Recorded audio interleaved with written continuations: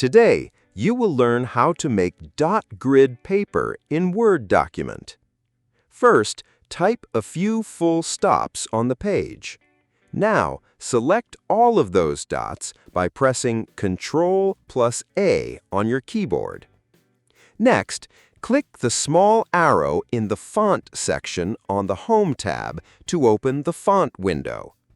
Go to the Advanced tab.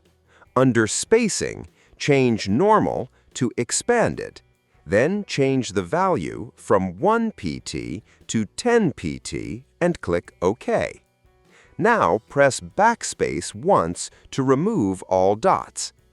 After that, keep pressing the period key on your keyboard to create a long row of evenly spaced dots.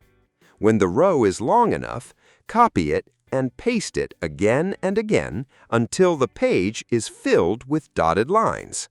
That's it. If this video helped you, please like the video and subscribe.